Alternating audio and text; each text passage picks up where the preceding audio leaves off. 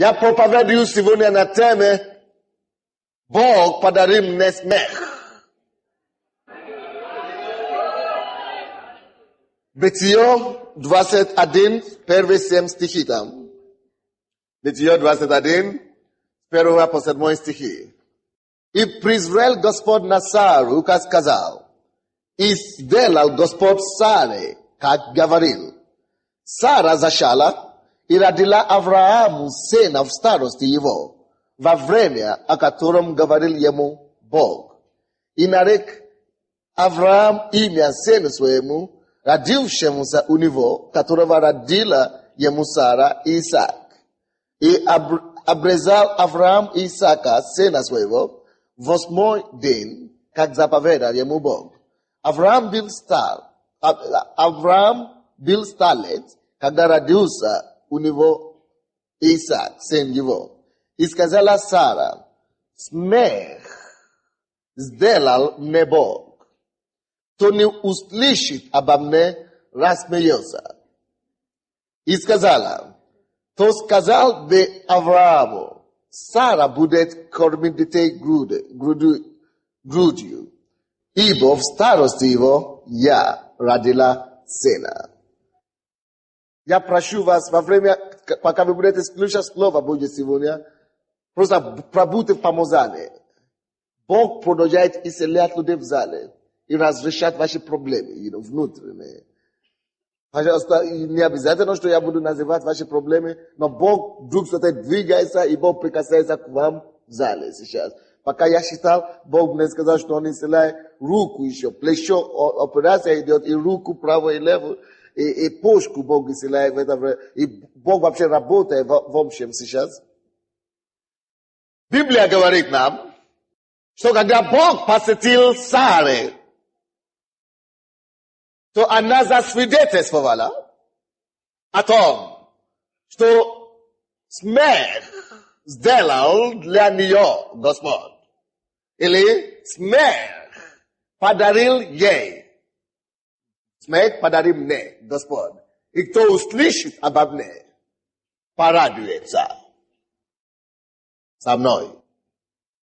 Дорогие мои, я хочу, чтобы вы знали сегодня, что с Божьим посещением, когда Бог приходит к человеку или группе людей, его приход всегда с радостью приносит счастье, радость и смех.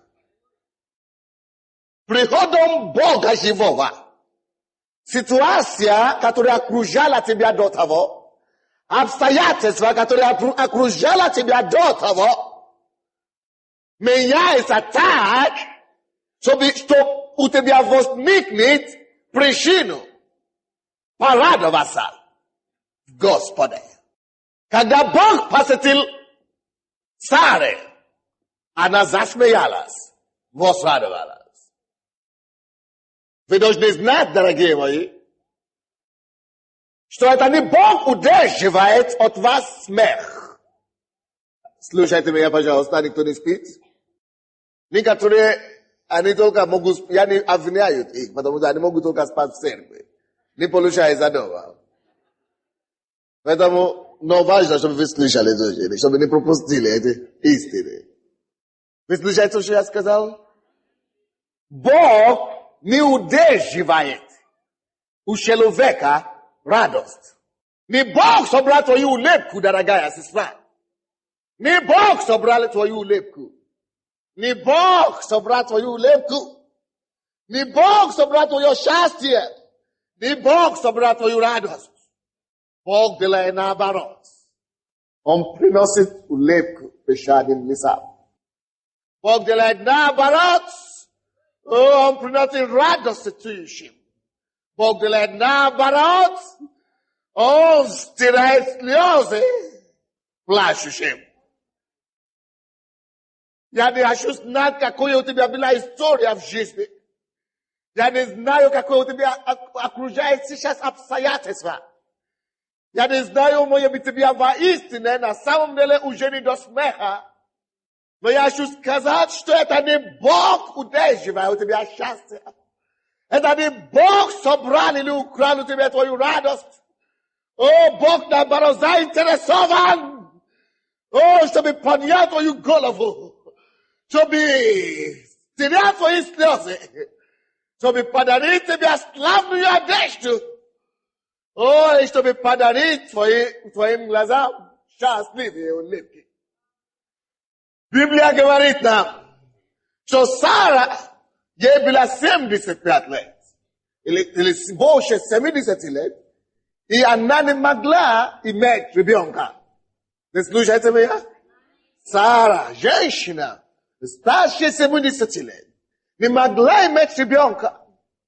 Бог даже пришел к ней, и Бог обещал, что родится у тебя ребенок. После Божье обетование прошло, по-моему, 200 лет. Или 25 лет, как минимум. Я не помню сейчас. Либо 200, либо 25 лет после того, как Бог обещал. Вы знаете, даже в основном 25 лет. То Бог обещал, что у тебя будет ребенок, и только через 25 лет. И что случилось? Она служила Богу. Она приходила на служение, может быть, как месяц. Она приносила жертву Богу. Сделала все правильно, но не могла получить желаемое. Что, Бог против нее? Что, Бог ненавидит ее? Я вам скажу, нету никого здесь на земле, кого бы Бог ненавидел. Кто бы ты не был, чем бы ты не занимался, каким бы ужасным грешником бы ты не являлся. Бог не против тебя. Бог, наоборот, ищет тебя. О, умоляет тебя прийти к Нему. Бог любит даже самого страшного грешника. Бог исцеляет кого-то, кого есть горло болит. Зуб. Бог исцеляет зуб сейчас в зале. Положите руку там и примите ваше исцеление. Бог не против вас, даже если вы самый страшный грешник. Вы слушаете меня? Не Бог удерживал ребенка от царя. Не Бог удерживает от тебя ребенка. Не Бог удерживает от тебя мужа. Не Бог удерживает от тебя исцеление. Не Бог. Не Бог. Библия говорит нам от Евангелия от Иоанна 10:10, что вор, вор, приходит, чтобы украсть. Дьявол приходит, чтобы украсть, убить и погубить. Дорогие мои, Бог никогда не приходил, чтобы убить или украсть или погубить. Бог этим не занимается. В этом же стихе, 10 стихе, вторая часть, Библия говорит нам, то время, когда дьявол приходит, чтобы украсть, убить и погубить, Бог говорит, но я пришел, чтобы ты имел жизнь. Жизнь. И жизнь is better. Дорогие мои, поймите, Бог заинтересован в тебе. Бог заинтересован, чтобы ты имел жизнь. Не просто жизнь, как все остальные люди имеют. Но Бог заинтересован, чтобы твоя жизнь была отличительная жизнь. Чтобы твоя жизнь была лучшая жизнь. Чтобы твоя жизнь была жизнь с избытком. Только дьявол приходит, чтобы украсть. Я не знал, что ему уже удалось украсть у вас. У некоторых из вас, ему уже удалось украсть ваше счастье. У некоторых из вас дьявол уже украл вашу радость. Вы уже не радуетесь. Вы уже забыли, как радоваться. У некоторых из вас дьявол украл ваши деньги, ваши финансы. Бог говорит, но я пришел, чтобы дать вам жизнь с избытком, чтобы вернуть все то, что дьявол украл. Может быть, даже не только, что дьявол украл у вас. Может быть, дьявол уже убивал вас. Он убил ваше здоровье. Он уничтожал ваше здоровье. Он уничтожал вашу семью. Он уже украл, убивал и погибал. Но, дорогие мои, когда ты приходишь к Богу, и ты живешь с Богом, Иисус обновляет жизнь. Иисус дает все новое. Иисус дает жизнь, которая больше за жизнь. жизнь, который сладшая жизнь, который дает мир, жизнь, который дает покой, жизнь, которой можно жить, радуясь, даже как тогда, когда у тебя нету по копейке. Жизнь во Христе имею я. Жизнь во Христе имею я. Жизнь, которая независима от имения. Жизнь, которая независима от состояния мира сего. О, жизнь, которая исходит с неба. Жизнь, которая не ставит тебя под условием. Жизнь, которая не ставит тебя под каторгой. Но жизнь по-настоящему от Отца жизни. И когда у Сары не было ребенка, она делала все. Молилась Богу. Умоляла, приносила жертву. Но ничего не получилось. Но первый стих говорит нам. 21 глава, первый стих. И призвал Господь на Сару, как сказал. И сделал Господь Саре, как говорил. Еще раз прочту. И призвал Господь на Сару, как сказал. И сделал Господь Саре, как говорил. Бог не бросает слова в воздух. Поэтому мы не покидаем Дом Божий. Поэтому мы не прекращаем ходить в церковь. Я не знал, что это, но у кого-то здесь, я думаю, в этом ряду, есть, это не просто, но это внутренняя болезнь в этом районе. В этом районе. Это счастье. Особенно в правой стороне. Вы знаете себе, что это может быть. Но Господь очень прекрасно знает, это серьезная болезнь, беспокоит вас очень серьезно. Господь очень исцелит вас. Вы можете получить Божье прикосновение. Просто положите руку и берите ваше здоровье у Господа во имя Иисуса. Аллилуйя. Слава тебе, Господь. Аллилуйя. Я говорю о том, что Бог не бросает слова на воздух. Вы слушаете меня? Каждое обетование Божье, которое здесь написано, оно для каждого верующего. Каждое слово Божье живо. И его слова Бог говорит нам утверждено на небесах. Если Бог обещает что-то в Библии, ты скажешь, что это же Библия, это общее. То ты ребенок Божий, это также для тебя. Если Бог что-то говорит хорошее в Библии, возьми это, поэтому читай Библию, ищи в Библии, что Бог говорит хорошее. Если есть там что-то хорошее, это для тебя. Плюс, мы приходим в церковь, мы слушаем Слово Божье. Это для тебя. И никакое Слово Божье не идет, не приходит тщетно. Бог исцеляет ухо прямо сейчас. Если кто-то болит у вас, скажите им, Бог исцеляет правое ухо. Вот. Никакое Слово Божье не приходит тщетно. Никакое Слово Божье не приходит тщетно. Никакое Слово Божье не приходит тщетно. Если Бог говорит в Библии, если Бог говорит через этого раба перед вами, или через любого Сына Божьего, верьте Ему. Скажите, что это для меня, я тебя буду ждать. Сара ждала. Она ждала, она ждала, она ждала, и наступило время в первом стихе. Библия говорит нам, и призвал Господь на Сару. И призвал Господь на Сару. Как сказал, как Бог сказал, что Он призрет на него и призрет на него. Если что-то, которое есть на вашем сердце, лежит в вам сердце, которое Бог уже вложил в ваше сердце, проговорил ли когда-нибудь Бог вам?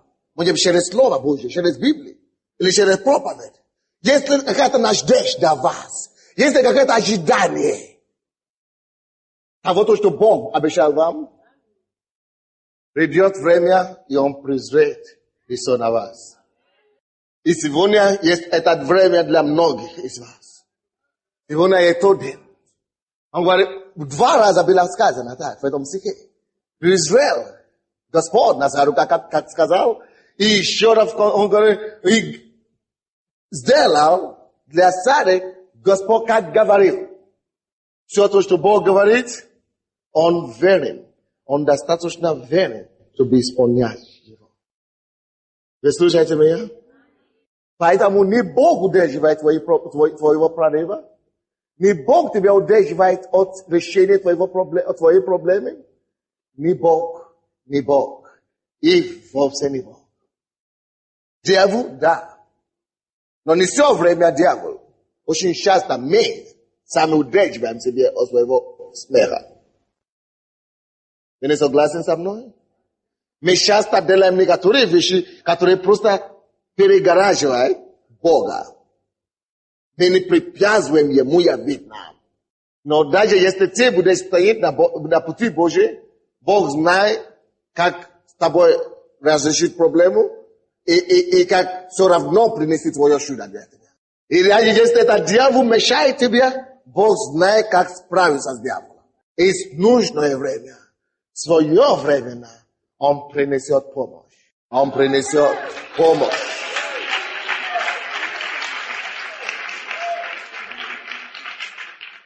Поднимите ваши руки. Когда вы поднимете ваши руки, многие из вас почувствуете теплоту Духа Святого. Огонь Духа Святого погорит на ваши ладони. И Господь прикасается к вам, и чтобы дать вам понять, что Он сделает то, что Он тебе сказал. Это знак, чтобы вы знали, что Господь даст вам желаемое.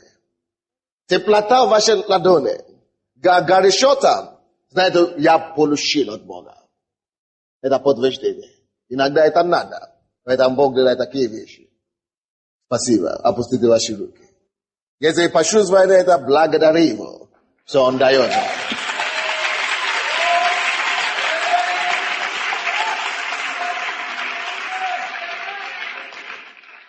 И Сара, после посещения Божьего, имела свидетельство. Вы слышали некоторые свидетельства здесь сегодня? Аминь. Что случилось? Бог презрел на них. Бог презрит на тебя, у тебя будет свидетельство. И не стесняйся его провозглашать. Он имеет свидетельство в 6 стихе. И сказала Сара, мне нравится этот стих. Да. И сказала Сара, смех сделал мне Господь. Это понятное выражение такое. Я перевел это как смех подарил мне Господь. Смех сделал мне Господь. Не Бог. Кто не услышит обо мне, рассмеется. Почему она говорит это? Кто не услышит обо мне, рассмеется. Слушайте внимательно. Кто не услышит, Бог исцеляет руку в районе киста. Так. Рука левая. Кто не услышит обо мне, рассмеется. Что это значит? Это значит, кто не услышит о том, как Бог сотворил для меня это чудо, у того возникнет веру, что если Бог смог это делать для Сары, что Он сможет это делать для любого человека. Если Бог подарит чудо Саре после долгого времени, то как бы долго не было, Бог посетит меня также. Что если Бог 75 лет посетил и дал ребенку женщине, что ничего невозможно для него. И когда вы поверите это, по ее свидетельству, тогда вы тоже получите ваше чудо. И вы рассмеетесь тоже. Вот что она имеет в виду, что кто услышит обо мне, то рассмеется со мной. Что это значит? Это значит, она молится о вас. Αναβέριτ μου μπόγκο. Ανασνάεται τα μπαμπόγα. So yesterday it has been at Lameyam, the Paverse Yamutakim Jobrosom, os deleted Lavas, it had cut on the Padarisme, van to the Padarisme. Yes, now you are.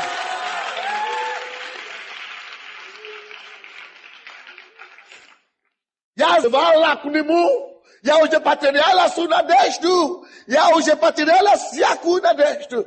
No, passitil, né? Prezrai de volição, da meia, e padarim nesmech, vai dar os fiaques, ela vai dar os clichês, sai e meio de vero, e meio de nadesto, a dom de todo sabe bog, diz menessa, vai ver que me cof on todo sabe bog, e este veto de prisaviate que nemo, somni de história asare, vê todo poluche de smech hot nivo, padarit vam tag de smech, e me bula de smeyasa, čo to zdieľať mňa sále? Halleluja. I vy budete smejať sa, čo Bog, ktorému slúžil sále, Bog, ktorý posvetil sále, to, čo on delal dla sále, on dla mňa zdelal. On podarí ja smech, i mne to, čo on podarí smech. I ja smejus, i ja radil sále. Smech podarí mne Bog. Смех подарил мне Бог. Смех подарил мне Бог. Знаете ли вы, что сегодня? Все смотрите на меня, будьте любезны. Будьте любезны, смотрите на меня. И поймите это. Бог хочет вам подарить смех. Еще раз. Бог хочет тебе подарить смех.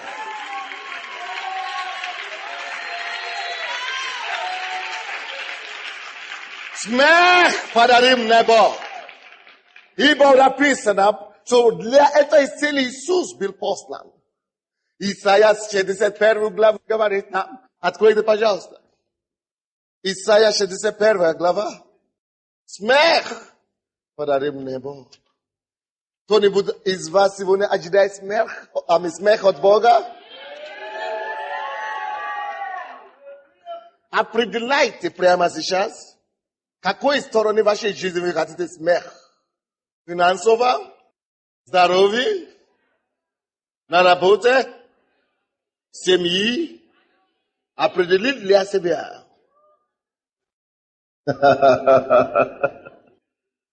Исайя 61 глава с 1 по 3 стихи. Это написано об Иисусе. Для чего Бог послал Иисуса? О, жалко людям неверующим.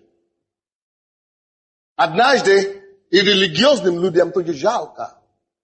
Они говорят, церковь у вас так. Это что, церковь называется? Люди смеются в церкви. Что за церковь? Люди радуются в церкви. Танцуют в церкви, хлопают. Смех. Смех.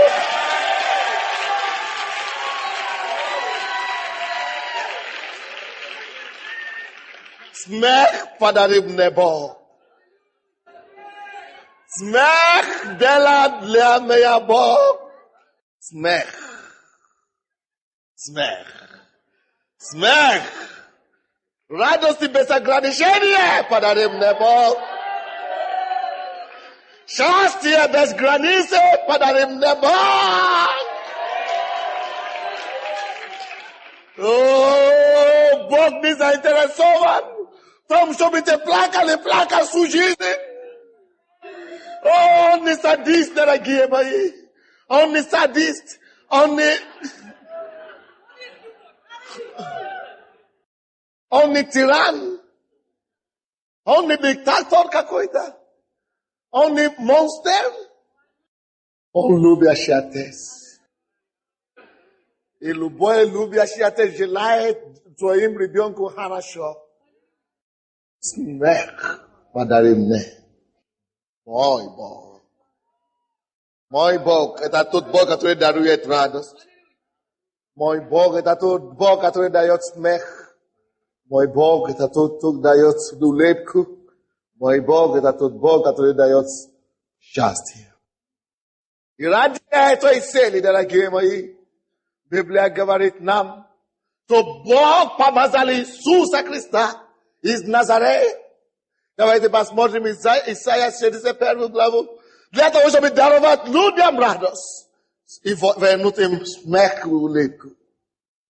Иисус говорит здесь, через пророчество, было написано, Дух Господа Бога на мне, ибо Господь помазал меня благовествовать нищим, послал меня исцелять сокрушенных сердцем, проповедовать пленным освобождение и узникам открытие темницы, проповедовать лето Господне благоприятное и демщение Бога нашего, утешить все сетующие. Бог послал меня утешить все эти сетующие. Возвести сетующим на Сионе. Кто-нибудь из библейской школы быстренько прибежите сюда, что такое Сион. Иди сюда. Вы закончили библейскую школу, обязательно что такое Сион. Сион. Он это церковь Божья. Это как Царство Божье. Сион. Ну, мы идем на Сион, мы идем в Царство Божье, и мы здесь представители Сиона. Сион, спасибо. Сион это церковь, прообраз церковь. В Новом Ветхом Завете не было такого понятия, как церковь. Или народ Божий. Сион это народ Божий. Это как прообраз церкви в Ветхом Завете. Поэтому, когда Библия говорит здесь, возвести, я был послан, возвести сетующим на Сионе. Возвести, что им вместо пепла дастся украшение, вместо плаща елей радости, вместо унынного духа славная одежда, и назовут их сильными правдою, насаждением Господа во славу Его. Слушайте еще раз. Вот Библия говорит, Иисус говорит, я был послан возвестить сетующим на Сионе. Не просто сетующим, но сетующим на Сионе. Что такое Сион? Церковь. Что такое Сион? Народ Божий. Иисус был послан, чтобы возвестить сетующим народе Божьим. Алло? Не удивляйся, что в Сионе иногда есть сетующие, скорбящие, церкви Божьей. Церкви, если вы скорбаете в церкви сегодня, если вы сетуете в церкви сегодня, если вам плохо в церкви сегодня, слушайте слова Иисуса. Он был послан, чтобы возвестить сетующим. Поэтому сетующим здесь сегодня я возвещаю вам именем Иисуса. Возвестить сетующим на Сионе, что им, тебе лично, вместо пепла дастся украшение. Что такое пепла? Пепла это значит горечь. Вместо горечи дастся украшение. Вместо плаща елей радости. Вы плачете, собираетесь поменять это на елей радости. Вместо унынного духа, унынный дух. Вы унынные сегодня? Вместо унынного духа, Бог собирается дать вам славная одежда. И Он говорит, и после того, как Он все это сделает для вас, вы слушаете меня? Он это сделает для вас, и назовут вас сильными правдою. Сильными. Вы будете сильны в Господе для правды. Сильными правдой, насаждением Господа по славу Его.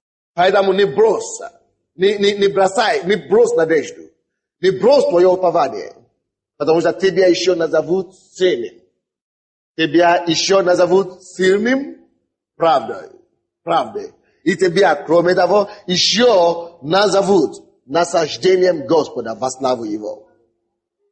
Поэтому жди Его проявления.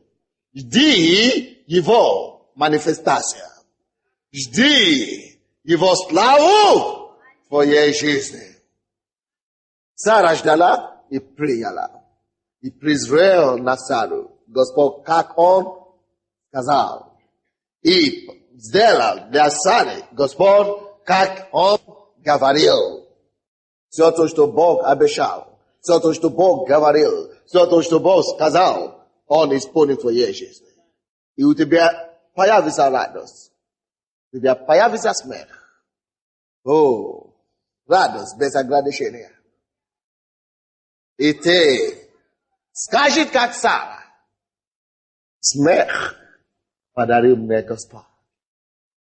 И всякий слушающий мое свидетельство порадуется со мной.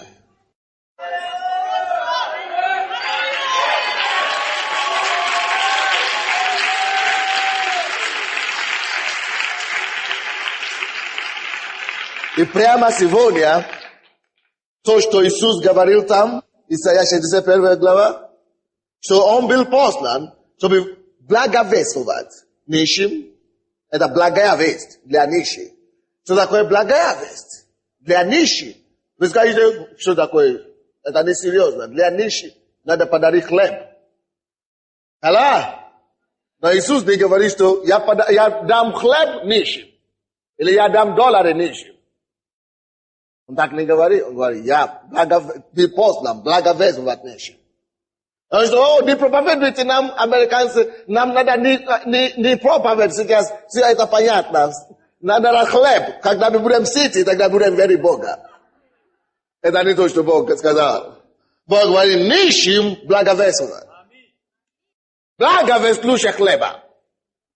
Благовествование лучше доллары. Благая весть лучше всякие купоны. Конечно, сегодня мы сказали сегодня, что мы будем раздавать гуманитарную помощь по домашней группе. Действительно, мы будем раздавать. Но это тоже не мешает. Но на первом месте благая весть. Поэтому, если вы не ходите на домашней группе, это к сожалению. Каждый человек должен на свою домашнюю группу и ходить на домашнюю группу. Иногда к нам поступает гуманитарная помощь, но здесь мы не будем раздавать в церкви. Поэтому вы должны ходить на домашнюю группу. Каждый должен знать свою домашнюю группу. Иногда мы тоже хотим раздавать медикаменты на домашней группе, но вы должны ходить. Потому что сейчас мы будем спрашивать, кто нуждается во что. Вы должны принадлежать домашней группе, пожалуйста. Только там мы сможем заботиться о вас как о семье. Поэтому у нас это стенд там, чтобы вы могли смотреть и знать свою улицу и ходить на домашнюю группу. Вы слушаете меня? Но это так. Мы говорим о том, что сегодня Иисус собирается делать то, что Он обещал. Благовесть для нищих и освобождение для измученных. Для пленных Он уже отпустит их на свободу. Может быть, ты видишь себя скованным или связанным. Какое-то направление твоей жизни. Связан болезнью или, наркоманией или какой-то зависимостью. Бог хочет освободить на свободу. Может быть, ты душевно больной. Может быть, ты ситуирующий. Бог говорит, возмести им, что вместо плачи делай радости. Он собирается это делать. Поэтому давайте станем все сейчас. Станьте сейчас и поднимите все ваши нужды. Иисус, Он говорит, что Дух Господа Бога на мне, ибо Он помазал мне благовествовать нищим, освободить пленных на свободу, исцелить сокрушенное сердце. Во что ты нуждаешься сегодня? Открой свои уста, говори Богу. Закройте свои глаза все. Давайте все мы закроем наши глаза, поднимем свои руки и свои глаза к Богу. Господь, видишь мою нужду? Ты призрой на Сару, призрой на меня. Ты сделал для Сары, ты посетил Сару. Я верю, ты не посетишь, я принимаю сегодня. Сегодня прорыв в духовном мире. Сегодня победу в духовном мире. Сегодня освобождение. Подними свои руки. Искренне это проси. Дай ему свою проблему. Навсегда. Его сила здесь.